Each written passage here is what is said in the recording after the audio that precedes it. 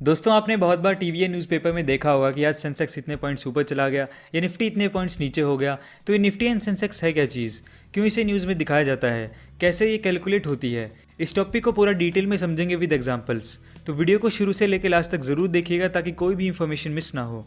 सो Nifty या Sensex को समझने से पहले हमें इंडियन स्टॉक एक्सचेंज को समझना पड़ेगा। स्टॉक एक्सचेंज बेसिकली प्लेस होती है जहाँ पे शेयर्स की बाइंग एंड सेलिंग होती है, जिसे हम स्टॉक मार्केट बोलते हैं। और इंडिया में ये दो सबसे बड़े एंड पॉपुलर स्टॉक एक्सचेंजेस हैं, BSE Bombay stock exchange and NSE national stock exchange. BSE establish हुआ था 1875 में एंड ये एशिया का सबसे पुराना स्टॉक एक्सचेंज है। करंटली बीएसई दुनिया का 12th लार्जेस्ट स्टॉक एक्सचेंज है। बीएसई लोकेटेड है दलाल स्ट्रीट, मुंबई, महाराष्ट्र में एंड इसमें 5500 से ज़्यादा कंपनीज लिस्टेड हैं। वहीं नेशनल स्टॉक एक्सचेंज एस्टैब्लिश हुआ था 1992 में। करंटली एनएसई दुनिया का 10th लार्जेस्ट स्टॉक एक्सचेंज है। ये इंडिया का सबसे पहला स्टॉक एक्सचेंज था जिसमें modern fully automatic screen based electronic trading system provide किया गया था ट्रेडिंग फैसिलिटीज़ को ईजी करने के लिए। एनएसई का हेड ऑफिस भी मुंबई, महाराष्ट्र में ही लोकेटेड है। अब निफ्टी एंड सेंसेक्स है क्या?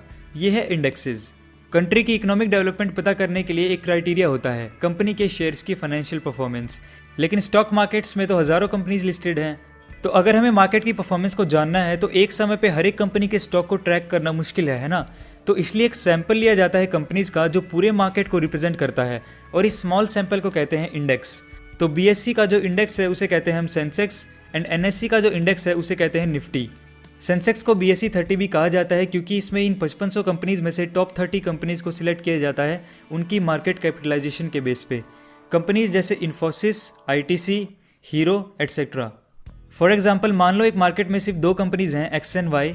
एक्स कंपनी के टोटल 250 शेयर्स हैं जिसमें से 200 शेयर्स अवेलेबल हैं जनरल पब्लिक के लिए एंड 50 शेयर्स हैं कंपनी की मैनेजमेंट के पास, और प्राइस पर शेयर हम मान लेते हैं ₹200। तो कंपनी की टोटल वैल्यू कितनी होगी? Total number of shares multiply by each share value, 250 multiply by 200 is equal to ₹50,000। यह है total market capitalisation of company x.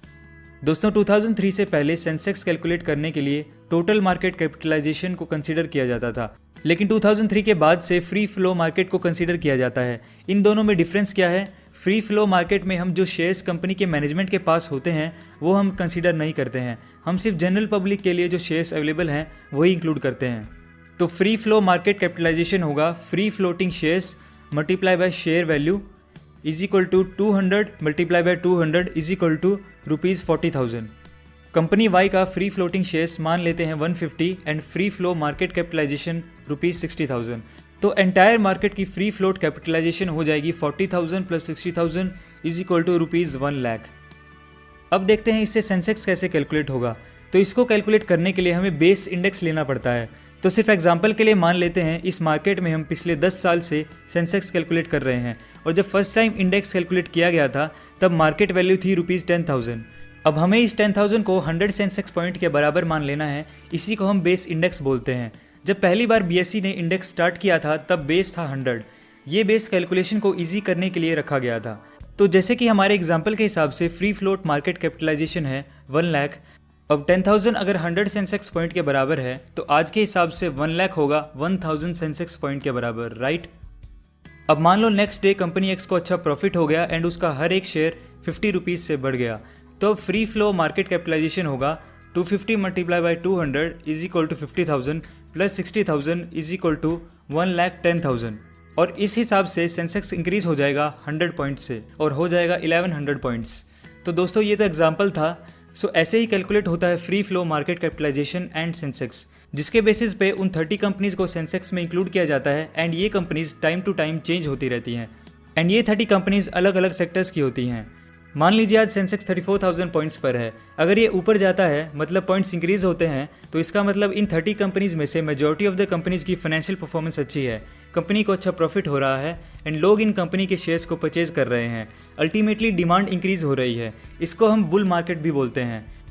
और दूसरे केस में अगर सेंसेक्स नीचे जाता है, पॉइंट्स डिक्रीज होते हैं, इसका मतलब है कि इन 30 कंपनीज में से ज़्यादातर कंपनीज की फाइनेंशियल परफॉर्मेंस ठीक नहीं है, कंपनी को कम प्रॉफिट हुआ है या फिर कंपनी का डेवलपमेंट नहीं हो पा रहा है एंड लोग इन कंपनीज के शेयर्स को बेच रहे हैं, मतलब डिमांड डिक्रीज हो रही है।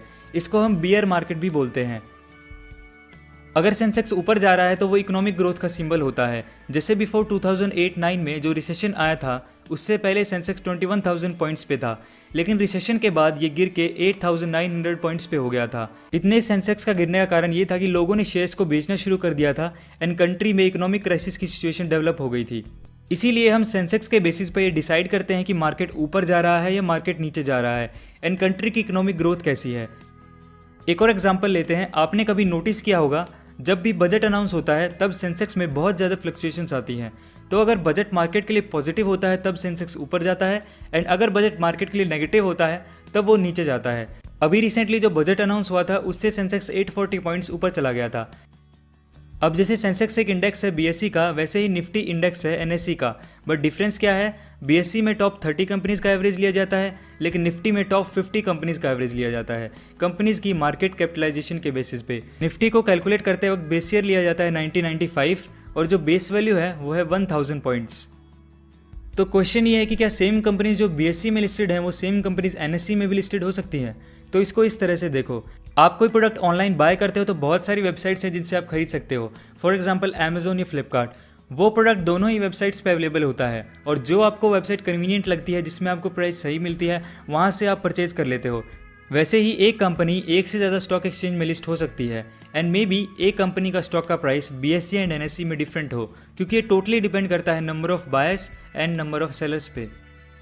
जैसे इंडिया में स्टॉक एक्सचेंजेस हैं, उनके इंडेक्सेस हैं, इसी तरह से इंटरनेशनल मार्केट में भी जो बड़े बड़े स्टॉक एक्सचेंजेस हैं, फॉर एग्जांपल यूएस में New York stock exchange and Japan में जापान एक्सचेंज ग्रुप, तो इन कंट्रीज़ में भी अपने अपने स्टॉक एक्सचेंजेस हैं एंड हर स्टॉक एक्सचेंज का अपना अपना इंडेक्स है। तो आज की वीडियो में हमने देखा कि स्टॉक एक्सचेंज क्या होता है, जहाँ शेयर्स की बाइंग एंड सेलिंग होती है। दो सबसे बड़े स्टॉक एक्सचेंज हैं इंडिया में, बीएसई एंड एनएसई। इन सब के इंडेक्स भी होते हैं जो हम कैलकुलेट करते हैं उनकी मार्केट कैपिटलाइजेशन के बेस पे। बीएसई का इंडेक्स है सेंसेक्स जिसमें 30 कंपनीज लिस्टेड हैं एंड एनएसई का इंडेक्स है निफ्टी जिसमें 50 कंपनीज लिस्टेड हैं। और इंडेक्स कंपनीज एंड कंट्रीज़ की इकोनॉमिक ग्रोथ को शो करते हैं। तो अब आप नेक्स्ट टाइम कहीं पे भी निफ्टी एंड सेंसेक्स पॉइंट्स को देखोगे तो आपको समझ आ जाएगा कि एक्चुअली में उन पॉइंट्स का मतलब है क्या। सो दोस्तों, वीडियो पसंद आया तो लाइक एंड शेयर करो यार, एंड नहीं हो तो इस चैनल को सब्सक्राइब कर लो, क्योंकि मैं ऐसी वीडियोज़ आपके लिए लाता रहूँगा। And thanks for watching.